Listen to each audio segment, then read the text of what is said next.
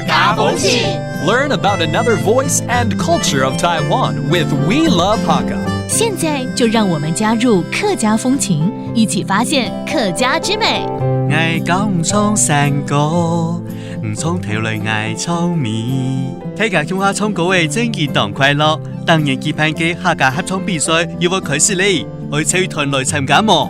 Music can be a great way to promote the revitalization and sharing of heritage languages. This year's annual Hakka Choir Competition will take place on May 24th and 25th at the Northern Miaoli Art Center. The 8th iteration of the competition will include categories such as general choir songs, folk songs, and modern a cappella. The competition doesn't just serve as a means of enjoying music, it is more so a means of exchanging and preserving culture.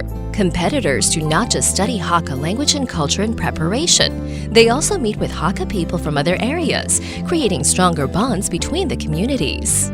Hey, what's up? It's time to talk about Hakka here on ICRT. Hello， 大家好，我係邊個 Leo。Hello， 你好，大家好，我係 Joseph Lin。哇塞，Leo 除了口才好，歌声也这么好哦！才知道，我的天啊！还好啦，还好啦。今天的单元不是 Talk about Hakka， 是 Sing about Hakka。为什么要唱歌呢？好。今天呢，就是要告诉大家一个消息，就是2025的客家合唱比赛又要开始了。哦，这个比赛就是这个月要举办就对了。对，这个月月底24、25这2天举办。OK， 有什么样的音乐类别吗？它是主要就是混声的4部合唱，然后再来呢还有客家传统山歌的合唱类别，然后另外就是阿卡贝拉这样的一个合唱的方式。所以这是一个很认真的歌唱比赛。没错啊，它已经举办第8届嘞。刚刚讲到这3个主要的类别之外呢，它有照这个年龄来做区分，比如说儿少组、青少年组、社会组跟乐县组。乐县组你知道什么吗？是比较长辈一点的，对长辈的乐天知命那种的OK 长辈可以参加的，蛮不错的哈。而且它特别针对这个年轻的朋友要鼓励他们拿到好成绩，得到第1名之后呢，可以呢用客家歌曲到国际去参加比赛的话，还可以有高额的奖助金可以申请哦。这不错这推广客家音乐到国际舞台的好方法哦。